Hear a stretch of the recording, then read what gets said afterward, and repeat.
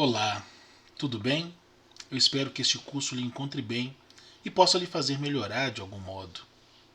Seja muito bem-vinda, seja muito bem-vindo, você que se matriculou no curso Literatura, Som e Canção. Este é um curso ofertado pela plataforma Mais IFMG. Eu sou Felipe Moreira, formado em letras, com experiência em literatura. Atualmente, atuo como técnico em assuntos educacionais pelo campus Ibirité, também no Instituto Federal de Minas Gerais. Serei seu professor neste curso e essa é nossa aula número 1. Nela, eu pretendo tratar, de modo geral, sobre os tópicos desse curso, os objetivos gerais desse curso, e além disso, fazer um breve histórico e introduzir alguns conceitos importantes que vão nos fazer desenvolver os nossos pensamentos nas próximas semanas. Mais uma vez, reafirmo aqui que você que se matriculou neste curso se sinta muito à vontade e muito bem-vinda para fazer compartilhar os conhecimentos que nós precisamos construir juntos. Não é? Bom, nesse sentido, então, antes que a gente comece as nossas considerações, a respeito do curso, eu peço a você que se sentir motivada e motivado possa ir até o fórum e se apresentar. Seria muito interessante para mim e para este curso, para a construção desse curso no futuro, sobretudo, que você dissesse, além do seu nome, de onde você veio e para onde você deseja ir, você pudesse dizer também a sua relação com a leitura, com a canção, sobretudo. Mas se a leitura é boa, é ruim, é média, se há proximidade, se há distanciamento, qual é a sua relação com os livros e, como eu disse, com a canção. A canção popular faz parte da sua vida? Como? Na escuta, na composição, no interesse, nas festas, enfim. Essas informações são interessantes para a gente, para que a gente possa formatar melhor esse curso e possa construir conhecimento a partir dele. Esse curso foi criado para que a gente pudesse refletir, num primeiro momento, no lugar da literatura no mundo moderno. Nós estamos numa modernidade em que as relações com a cultura e com o mundo são diferentes do que na época da formação de uma literatura, dentro de uma nação. E isso a gente vai tratar agora.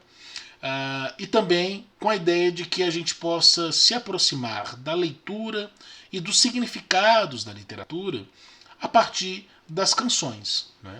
Isso a gente vai tratar um pouco melhor no segundo módulo, quando a gente vai ver alguns exemplos de canções, algumas significações. E no terceiro módulo, a gente pretende trabalhar como é que as canções ganharam espaço na cultura brasileira, sobretudo na cultura acadêmica brasileira, e como é que o Enem aborda isso, como é que o Enem abraça essa ideia das canções. Bom, então, este é o nosso curso, e vamos para o conteúdo da primeira aula. Essa primeira aula é um bate-papo. Eu espero aqui dar a vocês uma espécie de panorama geral, histórico, sobretudo do ponto de vista histórico, de como é que a literatura durante a construção do pensamento da humanidade foi importante na formação de nações. Nações essas hoje, que estabelecem uma relação diferente com a cultura. Não é uma relação fechada, única, como era numa modernidade antiga. Hoje nós temos a quebra de fronteiras. Então a gente trata hoje de uma espécie de nação-mundo, ou de uma cultura-mundo. É como se a gente tivesse sempre posto diante dos valores da cultura, em valores universais. Mas a gente vai tratar disso com mais calma ao longo do curso. E é neste momento que eu quero apresentar os objetivos da primeira semana de aula. Nessa primeira semana, o objetivo central é poder tratar, de modo breve, as funções da literatura ao longo da história, e a sua influência na formação de uma sociedade. E como é que a canção pode ressignificar a leitura literária? Bom, vamos lá. Houve um tempo na humanidade em que a relação da cultura e da formação de uma sociedade era muito mais estreita com a literatura. O livro literário tinha uma posição central na formação humana, por isso essa ideia sempre da literatura ter uma função humanista, né, de formar o ser humano, formação humana na formação no seio de uma sociedade. Nesse sentido, a Europa, por exemplo, assim como o Brasil, e a gente vai chegar nesse ponto, né, a Europa, por exemplo, utiliza a literatura numa espécie de função nacional. Um teórico da literatura chamado Jonathan Kuller vai exatamente usar esse termo, né? Função nacional. E o que seria isso? De que modo a literatura teria essa função? Função nacional. Para Campanhões, isso é um poder da literatura. E esse poder que a literatura pode ter de configurar uma nação é a partir daquilo que está escrito, posto, não de maneira normativa, como um código de leis, um código de ética, mas de maneira ficcional, né? Aquilo que Aristóteles vai chamar de mimeses, e a partir dessa mimeses, dessa representação, ou melhor, dessa encenação no quadro de ficção, posto pelo romance, posto pela poesia, é possível tratar não somente de temas morais, mas também utilizar desse imaginário para poder fazer com que o leitor se divirta, se deleite. Então a literatura era capaz, neste momento, e isso eu estou falando no século XIX, século XX, nessa transição, de deleitar e instruir. Era capaz de fazer divertir, viajar, levar para outros mundos, e a gente vai tratar desse senso comum, né, dessa ideia da literatura no segundo módulo, mas era capaz também de fazer uma formação moral a respeito dessa sociedade. Essa era uma função que a literatura cumpria. Né? No Brasil a gente tentou fazer isso, né, por incrível que pareça. Só que o Brasil é uma sociedade marcada principalmente pela escravidão.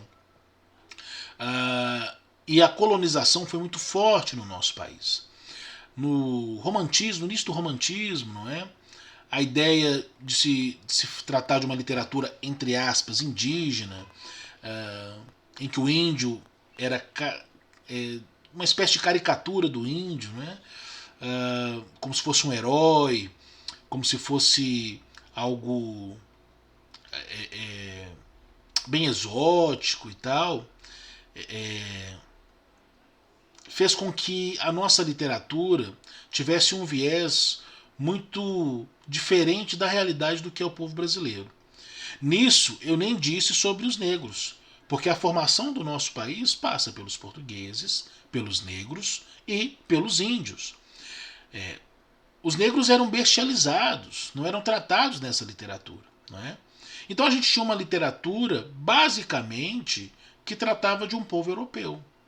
Nós temos, por exemplo, um romance chamado A Moreninha, de Joaquim Manuel Macedo, em que a Moreninha era descrita como alguém de pele alva, pele branca, pele clara. Não é?